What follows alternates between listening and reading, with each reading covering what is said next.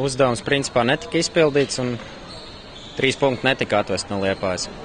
Jā, mazliet jau otro spēli pēc kārtas mazliet pietrūkst līdz uzvarai. Kas ir tas, kas varbūt mazliet nobīstās spēlētāji no tā, ka var uzvarēt, vai kas ir par problēmām? Problēma varētu būt tā, ka arī pirmkārt ir savākt gandrīz jauna komanda šogad un jauna vēl gados. Un koncentrācija, varbūt spēks nedaudz. Ir sīkumi, kas veido to spēles galotni mums negatīvi pagaidām. Jā, pirms spēles jūs kaut ko īpaši gatavojaties tieši Liepājnieku spēlē vai kā jau katru spēli?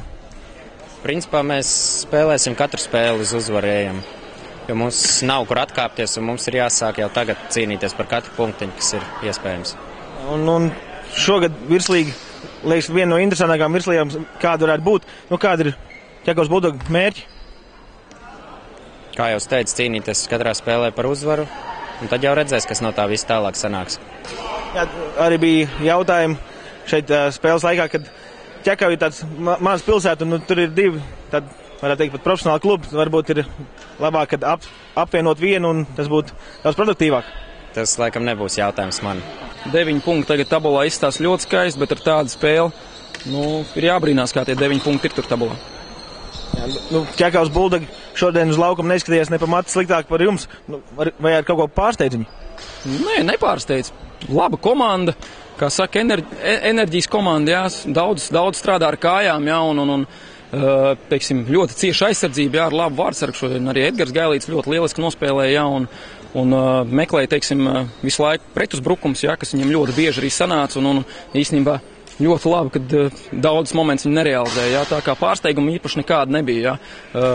Varbūt mani kā treneru vaina bija tā, ka varbūt nemācīja līdz galam motivēt komandu, lai gan par to mēs visu laiku runājām, jā, praktiski stundu pirms, jā, no vietas, jā, par to, ka tas, ko mēs izdarījām piekdien, ka mēs vinējām Ķekavu, jā, un tagad pārsteigāsim, kā saka, pāri Ķekavas Bullogiem, protams, ka tā nebūs, jā, un tā arī nedomājām, jā.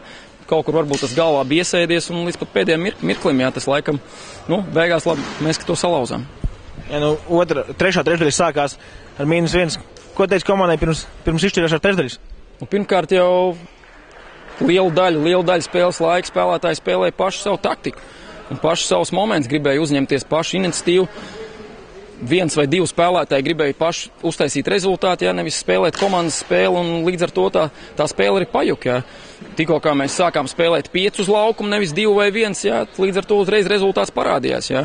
Jo vienu brīdi pat Ķekava tur kādas 2 minūtes netika ārā no zonas, jā, tā bija mūsu spēle, ka bija jātur bumba pēc iespējas vairāk, nevis jāuzņemās 1-2 spēlētājiem tā iniciatīva. Protams, beigās bija uzdevums, kā saka, spēlēt uz vārtu priekšu, kā saka, nosekt vārtu priekšu un mēs distances metienus. Daudz maz tas izdevās, labi, ka izrāvām uzvaru. Jā, Elāns Zivers savainos, tagad vēl klāt ir Mārtiņš Saulīts un Oskars Bergmans. Kāds ir to traumas? Mārtiņam Saulītim skatīsimies. Izstāsta, ka celī varētu būt kaut kāds šķidrums ūdens sakrājies. Kā jau vārdsargiem florbolā, jā, ceļa ir galvenā lieta, ar ko ir jāstāv vārtos praktiski, jā, tad varētu būt, ka tur varētu būt ilgi tā lietiņa, jā, bet pagaidām, kamēr viņš vēl nav bijis pie ārsta, jā, tomēr mēs vēl nezinām. Par Elenu prasīja. Oskars Bergmans. Oskars Bergmans, tur bija kaut kāda situācija tāda, kad saskrējās ar galvām vai kaut kas tam līdzīgs. Ceru, ka nebūs smadzeņu trīts, jā, bet uz šito spēli viņš nevarēja spēlēt. Es domāju, ka nākamajās būs gatavs. Tas nozīmē, ka ir jāmeklē kāds dublieris Edgaram Rimarenko? Par to ir domāts, jo pirms šīs spēles mēs domājām, tad, kad es uzzināju, ka Mārtiņš šodien nevarēs, un it kā viņš teica, ka viņš var saģērbties un būt kā otrais, bet, es teicu, priekš kam mocīties, jā, protams, par dublieriem mēs tagad skatāmies, jā, un būs noteikti no kāds no 18 komandas.